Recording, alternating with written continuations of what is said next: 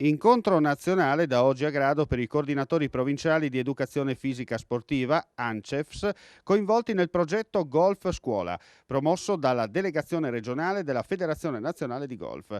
Sono oltre 70 i coordinatori che hanno aderito all'iniziativa, ospitata presso il Grado Golf Club e sostenuta da Banca Popolare Friuladria, Credit Agricole.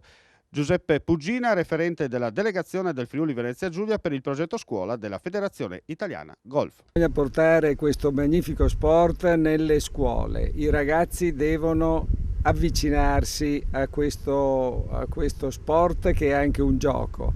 E non è facile, perché fino ad oggi tutti quanti pensavano al golf per pochi. Io dico invece che il golf deve essere per tanti e c'è la possibilità. La Federazione Italiana Golf ha messo il suo impegno non indifferente per poter arrivare alle scuole, al punto tale che siamo riusciti a fare dopo 2 anni di attività.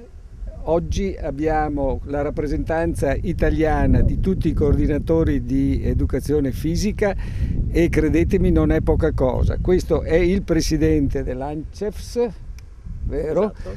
Renato Del Torchio, che adesso vi dirà lui se è contento di quello che abbiamo fatto come Federazione Italiana Golf. Non più uno sport d'élite, nel senso che è per tutti. Assolutamente non è uno sport d'élite, grazie all'interessamento della Federazione Italiana Golf e del dottor Pugina che ha spinto e voluto questa iniziativa dei coordinatori di educazione fisica, il golf è entrato a pieno diritto nella scuola e viene praticato direi da un numero notevole di studenti che si appassionano, gli insegnanti sono appassionati, facciamo attività in ambiente naturale, questa è la cosa più importante. Io credo che grazie alla scelta che la Federazione Golf ha fatto e ai collaboratori che la Federazione stessa ha individuato, non possiamo che crescere nel mondo della scuola.